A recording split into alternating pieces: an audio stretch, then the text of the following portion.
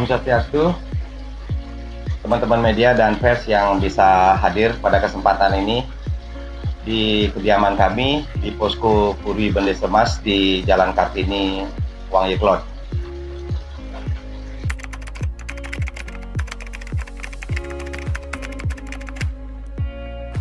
Oke, baik.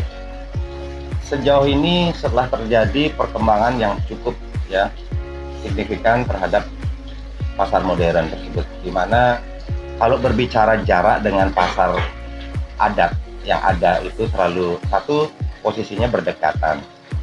Yang kedua, ini harus betul-betul pemerintah itu concern untuk bagaimana saat perizinan dan lain sebagainya.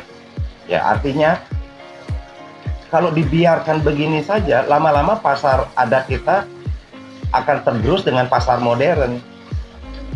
Kasihan sekali kepada saudara-saudara kita yang sudah punya warung, punya toko kelontong, yang sudah mungkin diwariskan dari orang tuanya.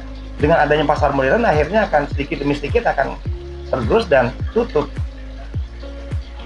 Jika saya nanti ke depan untuk menjadi seorang wakil wali kota, kita akan bersama-sama harus sepakat untuk bagaimana membuat aturan yang jelas. Jadi kalau tidak seperti itu, maka akan terjadi disintegrasi nih antara masyarakat dengan pasar modern ini.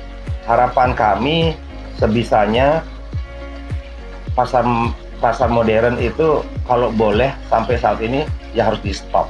Itu yang pertama. Yang kedua, pasar adat ini kan mestinya yang selalu adanya interaksi masyarakat dengan pedagangnya, di mana itu sudah terjadi konteks mungkin sudah puluhan tahun. Nah, bagaimana caranya mengembangkan pasar adat ini sendiri? Sebenarnya kembali kepada animo masyarakat kita sendiri.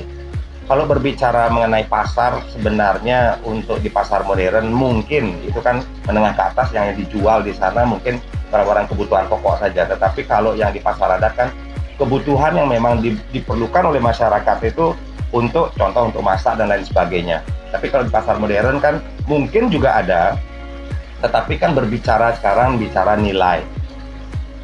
Sebenarnya kalau kita bisa dan sepakat, ya paling tidak adanya penyuluhan-penyuluhan kepada kramo-kramo Banjar melalui klien-klien. Kalau bisa ya mengajak masyarakatnya itu sendiri untuk berbelanja di pasar adat. Karena apa? Itu kan terjadinya simbiosis mutualisme, di mana yang berbelanja, berjualan di sana kan itu saudara kita. Kalau kita hanya memikirkan tentang bagaimana hubungan masyarakat ini dengan, kalau saya lihat dengan pasar modern yang ada, keuntungan ini kan lari ke para kapitalis. Nah, kalau kita berbelanja di pasar adat, yang untung nanti siapa? Kan saudara kita sendiri. Nah, sekarang mari. Nah, ini yang perlu harus perubahan mindset itu harus betul-betul, dan kita tidak bisa akan menutup mata dengan adanya perkembangan seperti sekarang ini. Sudah terlanjur banyaknya ada pasar-pasar modern seperti itu. Nah, apa langkah-langkah kita ke depan sehingga semua masyarakat kita, khususnya yang menengah ke bawah ini, merasa tidak tertekan dengan adanya pasar-pasar modern itu. Jadi seperti itu mungkin.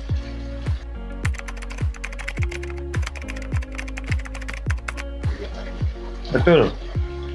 Artinya kita juga, kalau saya sebagai wakil wali kota, higienis itu memang perlu. Ya, apalagi kondisi COVID sekarang ini, ya harus betul-betul ditata.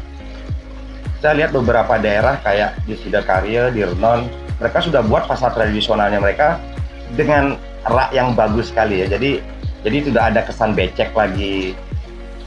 Dan bagaimana membuat suasana orang datang ke sana bisa lebih nyaman. Serasa kayak kita masuk ke pasar tradisional, pasar modern kan nyaman, tenang. Ya bagaimana kita bisa menciptakan? Sebenarnya bisa. Tinggal sekarang siapkan aja manpowernya di sana untuk maintenance. Kadang-kadang kan setelah disiapkan nanti pasar tradisional yang lebih baik, lebih higienis, mungkin akan dengan paving atau mungkin dengan keramik. Tapi kan harus betul-betul juga ada yang melakukan maintenance-nya, pembersihannya. Misalnya kalau pasar tradisional itu buka pagi sampai sore, nah sore setelah tutup itu harus ada yang memaintenance, menjaganya dan merawatnya, sehingga untuk kenyamanan orang berbelanja ke sana, akhirnya kan mindset akan mulai berubah. Kalau berbicara angka, saya rasa jauh ya kalau berbicara belanja di pasar tradisional dengan pasar modern itu spread marginnya itu kurang lebih bisa sampai 30%. Loh, kenapa orang lari ke sana? Karena melihat nyaman. Nah, sekarang bagaimana menciptakan nyaman itu di pasar tradisional kita ini? Ya banyak kok cara-cara ke depan yang bisa kita lakukan, dan harapannya kepada masyarakat kita yang ada khusus di Denpasar, belanjalah di pasar tradisional. Karena apa? Biar tidak dalam kondisi ini uang kita keluar terus, ya. Keluar terus artinya kalau kita berbelanja di pasar modern, itu pemiliknya siapa gitu. Sementara uang tidak ada masuk, tetapi uang kita keluar itu karena kita berbelanja di pasar itu, sehingga capital gain-nya apa, artinya ada profit margin di sana, itu akan lari keluar.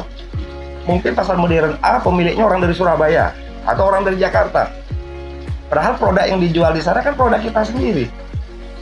Yang ngiring sarang-sarang makin rasa langit, berbelanjalah di pasar ada kita, pasar tradisional itu. Kenapa?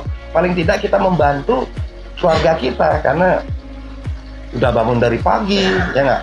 Terus kenapa kita harus belanja di tempat orang lain?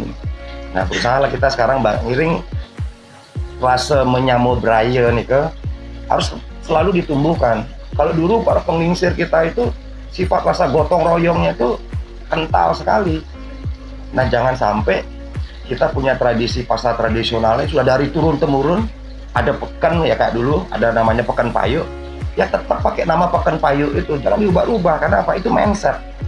Nah, kembali lagi kita harus bersama-sama bagaimana caranya menciptakan suatu kesempatan dalam, kalau berbicara pasar tradisional ini, bagaimana kita harus mempertahankan yang tidak bisa sendiri, tapi kalau kita bersama-sama dan apa yang dibutuhkan untuk menciptakan rasa nyaman di sana, orang kita punya kok.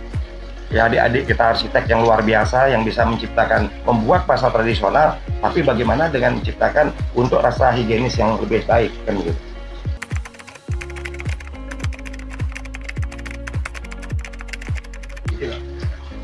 Baik, di setiap daerah, di setiap desa, kalau nggak salah sudah ada LPD.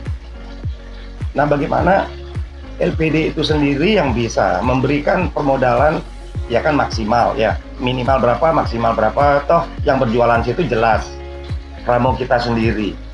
Nah, kembali lagi, sampai sejauh mana konteks LPD itu sekarang mensupport para pedagang di situ, apalagi orang lokal di sana. Ya kalau Tiang nanti menjadi wakil wali kota, kalau memang dia sudah berjualan cukup lama di sana, ya kita harus berikan suntikan dana yang 0% bunga. Karena apa? Dengan dia bisa mengolah dana yang kita berikan itu, sehingga dia bisa terus berjualan. Tidak tutup sana tutup sini, tapi kalau disupport oleh LPD itu sendiri, LPD-nya jalan, paling tidak juga kan semua akan terjadi simbiosis mutualisme. Uang itu akan berputar di sana dia, seperti itu. Ketimbang mereka cari pinjaman di bank swasta atau di bank tempat lain, kan begitu. Nah,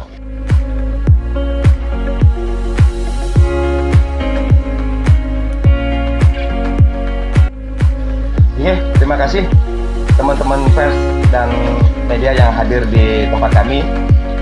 Om Santi Santio.